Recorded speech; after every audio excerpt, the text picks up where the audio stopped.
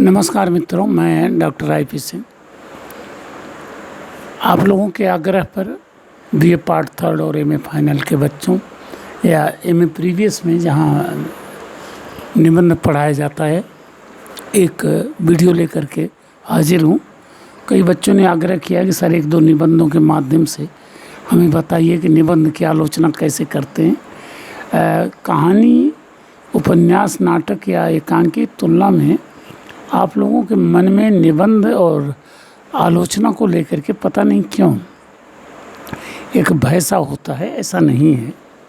हालांकि ज़रूर है कि निबंध बीच में जब शास्त्रीय संदर्भों से जुड़कर लिखे जाने लगे, विशुद्ध आलोचनात्मक, तो परेशानी के कारण बने थे, लेकिन वो बहुत पहले। और बाद में हजारी प्रसाद द्विवेदी जी और उनके साथ के लोगों ने इसे बहुत ही रुचिकर बनाया। इसीलिए निबंधों के दो भेद हैं, एक आलोचनात्मक निबंध या आलोचना, और दूसरे ललित निबंध। समझे आपने?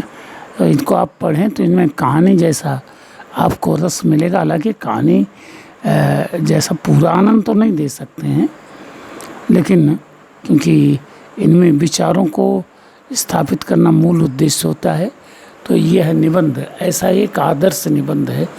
और हिंदी के भीष्म पितामह द्वारा लिखा गया हजारी प्रसाद जी द्विवेदी, जो अपने आप में एक विराट व्यक्तित्व थे, आंदोलन थे, संस्था थे, कुछ भी कहा जा सकता है। तो आइए देखें और इसी निबंध के माध्यम से आप दूसरे निबंधों को भी देखने की कोशिश करें।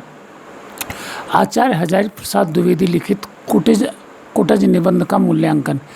यह एक ललित निबंध है जो हिमालय की शिवालिक पर्वत श्रृंखला पर मिलने वाले जनमानस के लिए लगभग अपरिचित एक सामान्य से पौधे कुटज को केंद्र में रखकर लिखा गया है, किंतु अंततः यह कुटज को अमरता प्रदान कर गया है।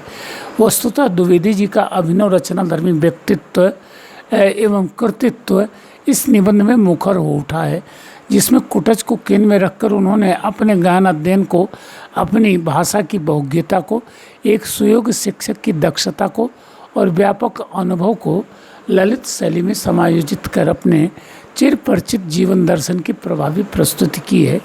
उनके अनुसार इंसान की प्रथम आवश्यकता उसकी वह पौरुषेय जिजीविषा है जो कभी निराशावादी पलायन में नहीं, बल्कि सदैव आशावादी और रचनाधर्मी संघर्ष में विश्वास रखती है। मित्रों, द्विवेदी जी के बारे में कहा जाता है कि वो एक मस्त मौला शिक्षक थे।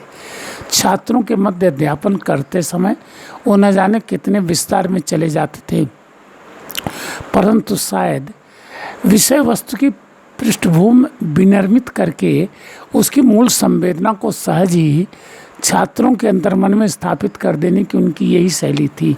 और अंत में जब वे मूल प्रतिपाद्य को प्रस्तुत करते थे, तब पता चलता था कि वे विषय वस्तु से कहीं भटके नहीं थे। उनके अधिकांश निबंध इसी शैली में लिखे गए हैं, जिनमें इस निबंध को भी एक आदर्श मानक कहा जा सकता है। निबंध के आरंभ में उन्होंने एक व्यापक पृष्ठभूमि निर्मित की है, फिर सहसा दृष्टिगत होने वाले कुटज के नाम को लेकर एक व्यापक चर्चा की है। पहली जैसी पृष्ठभूमि के मध्य उन्होंने बड़ी सहजता से संस्कृत भाषा की समन्वयवादी विशिष्टता का अंकन किया है। फिर कुटज की अपराजेय जीवन शक्ति का उल्लेख करते हुए उन्होंने प्रासंगिक रूप से मानव मात्र के जीवन शक्ति का उल्लेख किया है, और यह भी कहा है कि सच्चा जीवन वही है जो स्वार्थविहीन किंतु स्वाभिमानी हो। यही उन्होंने अपना जीवन संबंधी दृष्टिकोण बहुत ही प्रभावी ढंग से प्रस्तुत कर निबंध का समापन कर साहित्य के सच्चे आशय को सार्थकता प्रदान की है। निबंध की मूल संवेदना या अंतर्वस्तु के कुछ प्रमुख बिंदुओं की चर्चा हम इस प्रकार कर सकते हैं। प्रभावी पृष्ठभूमि। कहा जाता है कि निबंध साहित्य की सबसे नीरस विधा है। बौद्धिक उन्मेष के कारण इस विधा के पाठकों की संख्या बहुत ही कम होती है, किंतु सत्य यह भी है कि यथार्थ का प्रतिपादन इस विधा के माध्यम से कहीं अधिक प्रभावी होता है। यही कारण है कि हिंदी साहित्य में भारतीय युग के बाद निबंधों का विकास अन्य गद्य विधाओं के समानांतर होता है, लेकिन धीरे धीरे जब ये विचारों की निरसता और आलोचना की शास्त्रीय शैली से जटिल होने लगे, तब सामान्य पाठक इनसे दूरी बनाने लगे। ऐसे में लेखकों का एक बड़ा समूह इनमें मनोरमता और लालित्य का संचरण कर इनकी विषय वस्तु को सहज संवेद्य बनाने लगा। ऐसे निबंध ललित निबंध कहे गए। कुटज एक ऐसा ही ललित निबंध है जिसके प्रारंभ से अंत तक हजारी प्रसाद द्विवेदी ने मूल प्रतिपाद्य को बहुत ही मनोरम शैली में प्रस्तुत किया है। कभी किस्सा गोई पद्धति, कभी संवाद शैली, तो कभी धारा प्रवाह शैली में वे पाठकों को विषय वस्तु से बांध देते हैं। नंबर 2, सामान्य परिचय। कुटज के माध्यम से लेखक जो संदेश देना चाहता है वो बहुत ही गंभीर है। वह सहज अनुभूति का विषय नहीं, परंतु लेखक अपने मुख्य प्रतिपाद्य तक पहुंचने से पहले ही ऐसी भूमिका बना देता है कि पाठक कुटज के उस यथार्थ से सहज ही जुड़ जाता है जिसे अंत में द्विवेदी जी अपने प्रतिपाद्य का माध्यम बनाते हैं। सीधी सी बात है, वो कहते हैं कि कुटज जहाँ है वहाँ शुष्क परिवेश है और हजारों फुट नीचे नदियाँ हैं, लेकिन वो अपनी जड़ को वहाँ तक पहुँचा करके और रस खींच लेता है और उस नीरस पत्थरों के बीच भी आनंद से लहराता रहता है। तो आदमी जड़ पदार्थ नहीं है, पौधों की तुलना में तो कहीं ज़्यादा चेतन है। इसलिए आदमी को अपनी क्षमताओं का सार्थक प्रयोग करके हमेशा आशावादी बने रहना चाहिए, सकारात्मक बने रहना चाहिए, कभी निराश नहीं होना चाहिए। तो एक दक्ष अध्यापक की यही तो वह विशेषता है जिसके कारण उसके छात्र उसके प्रति नतशिर समर्पित हो जाते हैं। नंबर 3, जिजीविषा का अंकन। हजारी प्रसाद द्विवेदी हिंदी साहित्य में उस विचारधारा के प्रवर्तक साहित्यकार हैं जो हर परिस्थिति में आशावादिता का ध्वज लेकर संघर्ष की चेतना जगाए रहता है और निराशा को स्वयं पर प्रभावी नहीं होने देता। इसका सबसे बड़ा प्रमाण उनका यह निबंध है जो एक सामान्य से पर्वतीय वृक्ष कुटज के माध्यम से मनुष्य मात्र के लिए अपराजेय जीवनी शक्ति का व्यावहारिक संदेश देता है। यही वे एक आदर्श जीवन दर्शन का प्रतिपादन भी करते हैं। उनके अनुसार सच्चा जीवन स्वार्थ का नहीं परमार्थ का है, किंतु स्वाभिमान की रक्षा करते हुए। इसी क्रम में वे कुटज को माध्यम बनाकर मानवीय जिजीविषा का मूल मंत्र घोषित करते हैं। हर चुनौती को स्वीकार करो और कुछ भी हो जाए हार मत मानो। नंबर 4, आदर्श जीवन दर्शन। निबंध में कुटज को माध्यम बनाकर द्विवेदी जी जीवन दर्शन जन्य अनेकानेक मान्यताएं प्रस्तुत करते हैं। उनके अनुसार सुख और दुख मन के विकल्प हैं। सुखी वह है जिसका मन वश में है और दुखी वह है जिसका मन पर वश नहीं है। और कुटज छल प्रपंच धोखा सबसे मुक्त है, क्योंकि कुटज अपने मन पर सवारी करता है, मन को अपने पर सवार नहीं होने देता। यही प्रसंगवश वे एक और तथ्य प्रस्तुत करते हैं जिसके अनुसार कुटज क्या केवल जी रहा है, वह दूसरों के द्वार पर भीख मांगने नहीं जाता। कोई निकट आ गया तो भय के मारे अधमरा नहीं हो जाता।